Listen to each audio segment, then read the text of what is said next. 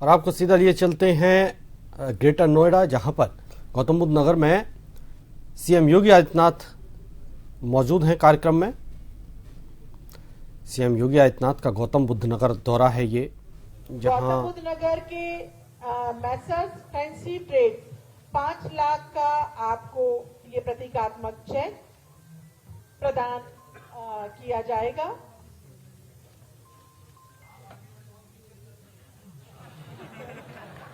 Ghaziabad Messrs Ganga electronics को भी 17.5 लाख का और हापुड़ के मैसर्स सन पॉलीबैग प्राइवेट लिमिटेड को भी ये चेक, गौतम बुद्ध नगर के मैसर्स नव प्रभात प्रिंटर प्राइवेट लिमिटेड को ये प्रतीकात्मक चेक प्रदान किया जा रहा है। और अब यूपी इंटरनेशनल ट्रेड शो के चतुर्थ संस्करण का कर्टन रेजर वीडियो हम सभी स्क्रीन पर देखते हैं।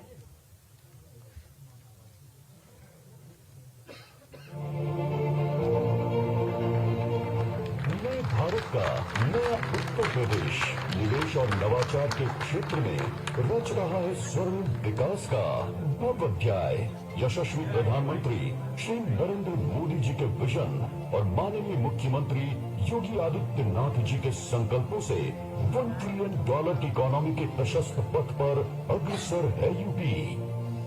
मेरा आज आपसे आग्रह है, अपना बिजनेस मॉडल ऐसा बनाइए जो आत्मनिर्भर भारत को मजबूती देता है।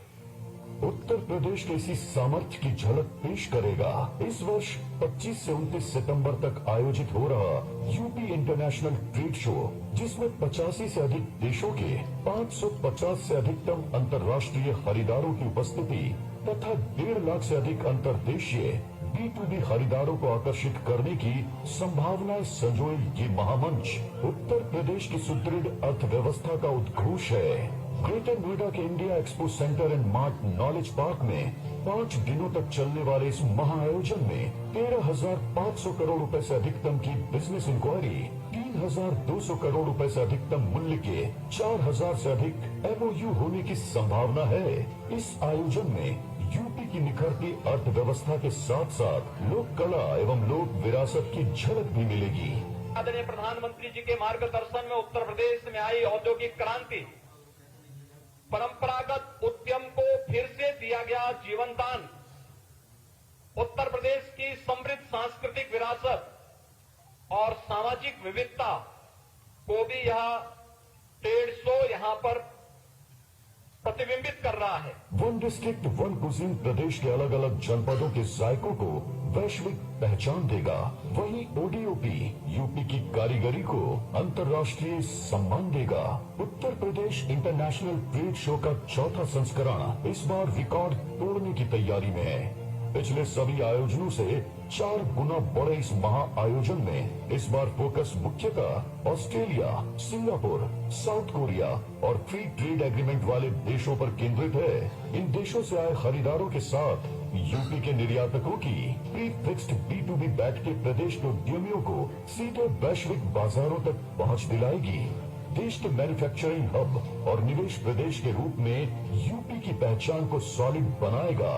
यूपी इंटरनेशनल ट्रेड शो, निवेश का भरोसेमंद संदेश, नए भारत का नया Uttar Pradesh. UP international trade show 25 से 29 सितंबर 2026। जब नेतृत्व दूरदर्शी हो, संकल्प अटूट हो और नीति जन कल्याण को समर्पित हो, तब विकास केवल योजनाओं तक सीमित नहीं रहता, बल्कि जन जन के जीवन में परिवर्तन का माध्यम बन जाता है। आज उत्तर प्रदेश इसी परिवर्तन का सशक्त उदाहरण बनकर पूरे देश के लिए सामने खड़ा है। प्रेरणादायी नेतृत्व के सूर्य प्रदेश के यशस्वी और तपस्वी माननीय मुख्यमंत्री उत्तर प्रदेश महोदय से हम करबद्ध निवेदन करते हैं कि अपने आशीर्वचनों से अनुग्रहित करें।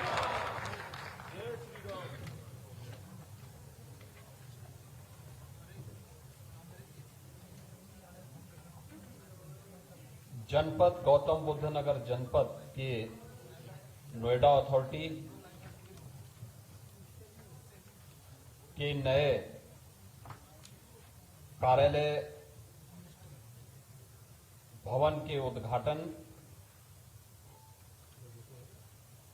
तथा नोएडा एवं दादरी विधानसभा क्षेत्र से जुड़े भी 2,500 करोड़ रुपए की परियोजनाओं के लोकार्पण और शिलान्यास के अवसर पर आयोजित आज के समारोह अंतर्राष्ट्रीय एमएसएमई दिवस के अवसर पर और जो प्रस्तावित यूपी ट्रेड शो के चतुर्थ संस्करण के कर्टेन रेजर के शुभारंभ के अवसर पर आयोजित आज के समारोह में मंच पर मेरे साथ उपस्थित उत्तर प्रदेश सरकार में औद्योगिक विकास के मंत्री श्री नंद गोपाल गुप्ता नंदी जी,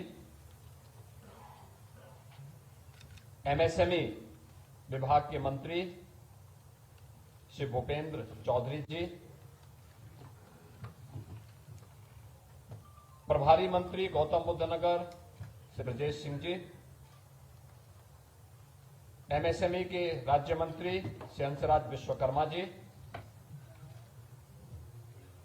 लोकप्रिय सांसद नोएडा डॉक्टर महेश शर्मा जी, राज्यसभा के माननीय सांसद श्री सुरेंद्र नागर जी,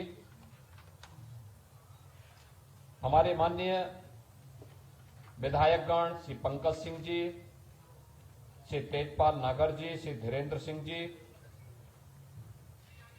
नवनियुक्त क्षेत्रीय अध्यक्ष श्री नवाब सिंह नागर जी, विधान परिषद के माननीय सदस्य श्री नरेंद्र भाटी जी, श्री चंद शर्मा जी, पूर्व क्षेत्रीय अध्यक्ष श्री सत्येंद्र सिसोदिया जी, जिलाध्यक्ष जिला पंचायत अध्यक्ष अमित चौधरी जी, भारतीय जनता पार्टी के नगर के अध्यक्ष श्री महेश चौहान जी, जिलाध्यक्ष अभिषेक शर्मा जी, उत्तर प्रदेश शासन के अवस्थापना और औद्योगिक विकास के आयुक्त श्री दीपक कुमार जी,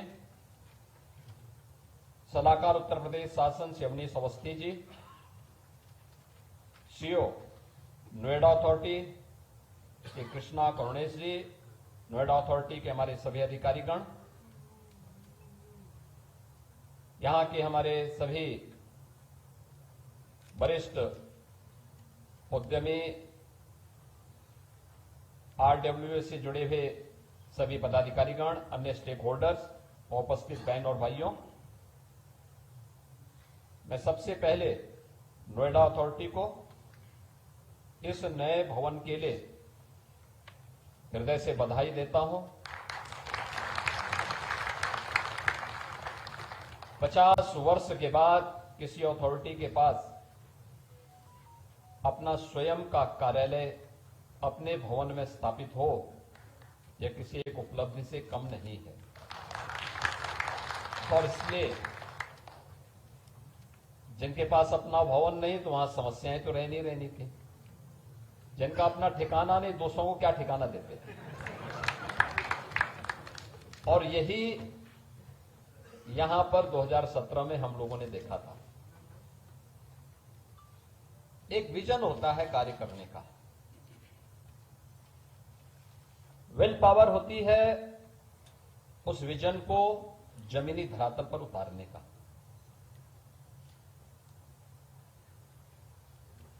और वह आज गौतम बुद्ध नगर जनपद में देखने को मिल रहा है।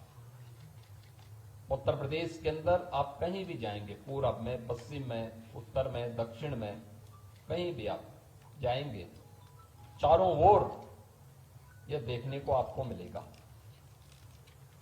तो एक और मैं बधाई देता हूं कि 390 करोड़ रुपए की लागत से नोएडा अथॉरिटी का अपना शानदार भवन के प्रथम फेज का लोकार्पण आज यहां पे संपन्न हुआ है। और इस शानदार ऑडिटोरियम में यह पहला कार्यक्रम नोएडा अथॉरिटी की ओर से अब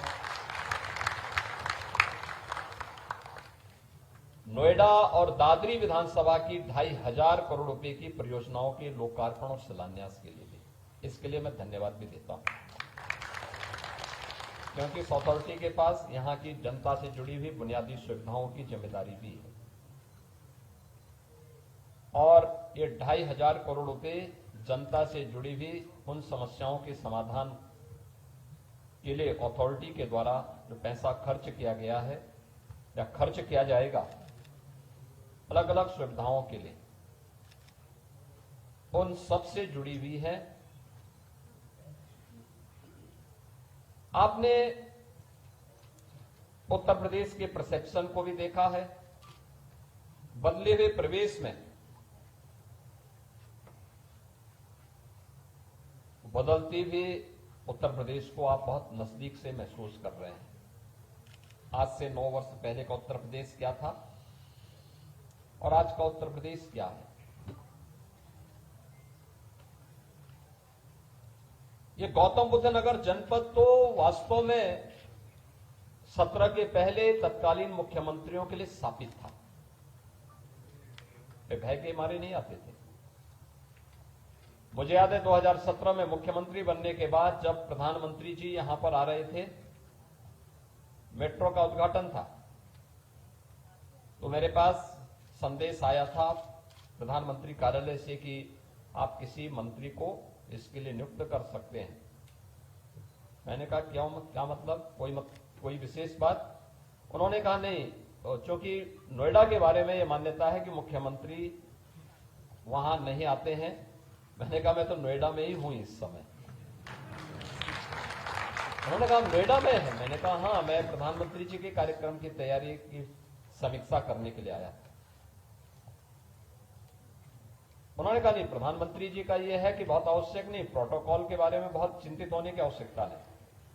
मैंने कहा नहीं, मैं तो इन सब बातों को नहीं मानता हूं। मैं आध्यात्मिक व्यक्ति हूं लेकिन रूढ़िवाद को नहीं मानता हूं। और ये जनता जनार्दन से जुड़ी हुई समस्या का समाधान की जिम्मेदारी जनता ने अगर भारतीय जनता पार्टी की सरकार को दिया है तो हम उस समाधान का रास्ता निकालेंगे और उस मार्ग प्रशस्त भी करेंगे। और सबसे बड़ी समस्या हमारे सामने उस समय आई थी बिल्डर बायर का विवाद। हम लोगों ने बिठाया था, उसका रास्ता भी निकाला। 1 वर्ष में 1.25 लाख बायर्स को हम लोगों ने आवास भी उपलब्ध करवाए। बाद में कुछ लोग बहुत होशियार हो गए थे, वो सुप्रीम कोर्ट चले गए। तो फिर तो जब वहां मामला अटकता है तो फिर तो उसकी कोई सीमा नहीं होती, अंतहीन सिलसिला चलता है। और तो फिर भी गनीमत है कि जब समाधान नहीं निकला, हम लोगों को फिर नीति आयोग के सीईओ के नेतृत्व में एक टीम गठित करनी पड़ी, एक हाई लेवल कमेटी बनानी पड़ी और फिर हम लोगों ने बहुत सारी सुविधाएं उसमें उपलब्ध करवाई और 3 लाख से अधिक बायर्स को हम मकान, उनका आवास उपलब्ध करवाने में सफल हुए हैं। बहुत सारी समस्याओं का समाधान हुआ, लेकिन मेरा मानना है कि अब नोएडा अथॉरिटी के पास अपना भवन होने के कारण हम बेहतरीन सुविधा यहां पर दे पाएंगे, चाहे वह यहां के अन्नदाता किसानों की समस्या का हो, चाहे वह यहां पे जिन लोगों ने यहां पे जितने भी ऐसे एसोसिएशन हैं, RWA हैं या उद्यमी हैं, इन सब की समस्या का समाधान अब एक छत के नीचे नोएडा अथॉरिटी के अपने कार्यालय भवन के अंदर प्राप्त होगा और सारी सुविधाएं अथॉरिटी ऑनलाइन कर दे तो बहुत अच्छा होगा। मुझे लगता है आज के दिन पे हमें इसका उपयोग करना चाहिए। बेहतरीन सुविधा हो सकती है। Integrated command and control centre के माध्यम से हम एक एक कार्य को देख सकते हैं, वॉच कर सकते हैं, जवाबदेही तय कर सकते हैं, उन कार्य को आगे बढ़ा सकते हैं।